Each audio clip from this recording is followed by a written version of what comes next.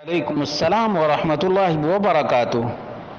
اللہ رب العالمین خوش رکھے، خیر و عافیت میں رکھے۔ سوال یہ تھا کہ جتنی بھی آسمانی کتابیں ہیں وہ سب رمضان ہی میں نازل ہوئی ہیں؟ اس کا جواب یہ ہے کہ اللہ کے رسول صلی اللہ علیہ وسلم سے اس بارے میں کوئی بھی روایت درست اور صحیح نہیں۔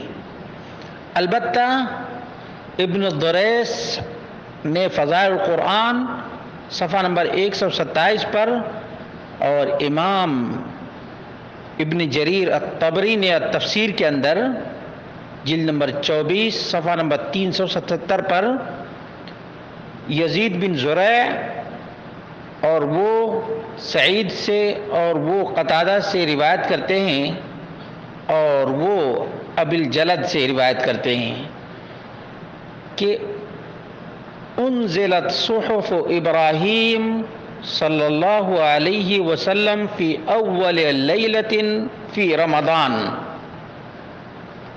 یہ تابعی کا قول ہے کہ صحف ابراہیم کا نزول رمضان کی پہلی رات میں ہوا ہے۔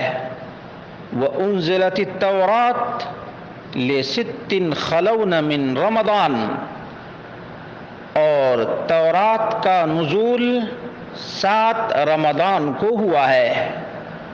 وَأُنزِلَ الزَّبُورُ ل12 خلت من رمضان، زبور کا نزول 13 رمضان کو ہوا ہے۔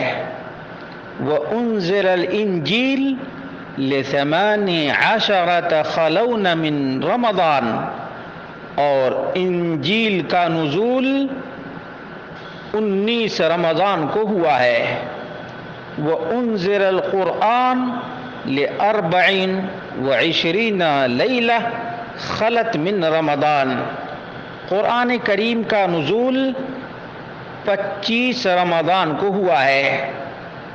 اور یہ سند تابعی تک درست اور صحیح ہے، درست اور صحیح ہے۔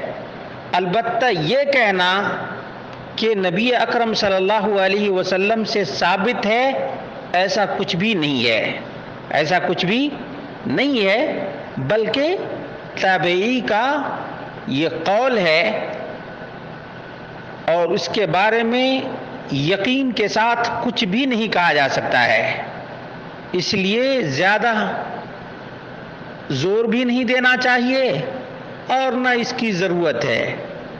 اب قرآن کریم ہی کا نزول کنفرم ہے کہ رمضان میں ہوا ہے، لیکن اس سے بڑھ کر یہ ضروری ہے کہ جو میٹر ہے، جو پیغام ہے، جو اللہ رب العالمین کا حکم ہے، اس کو فالو کیا جائے، اس کی پیروی کی جائے اور حکم الہی پر عمل کیا جائے، قرآن کریم کے مطابق اپنا عقیدہ رکھا جائے، اور عمل کی بنیاد بھی قرآن و سنت ہو۔ اسی لیے آپ دیکھیں گے کہ اللہ رب العالمین ضروری چیز کو بیان کرتا ہے اور بندے کو جس چیز کی ضرورت نہیں ہوتی ہے اس کو اللہ تبارک و تعالی بیان نہیں کرتا۔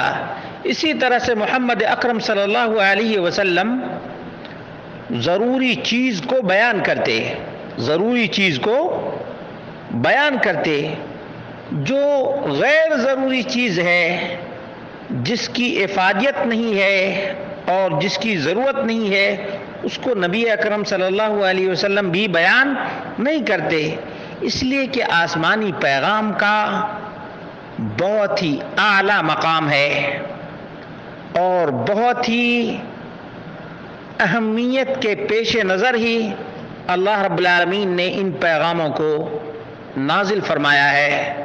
ضرورت اس بات کی ہے کہ ہم اپنی پوری توانائی کلام الہی کے سمجھنے میں صرف کریں اور عمل کرنے پر بھی اپنی تمام تر توجہات کو مرکوز کریں۔ اللہ رب العالمین ہی توفیق دینے والا ہے۔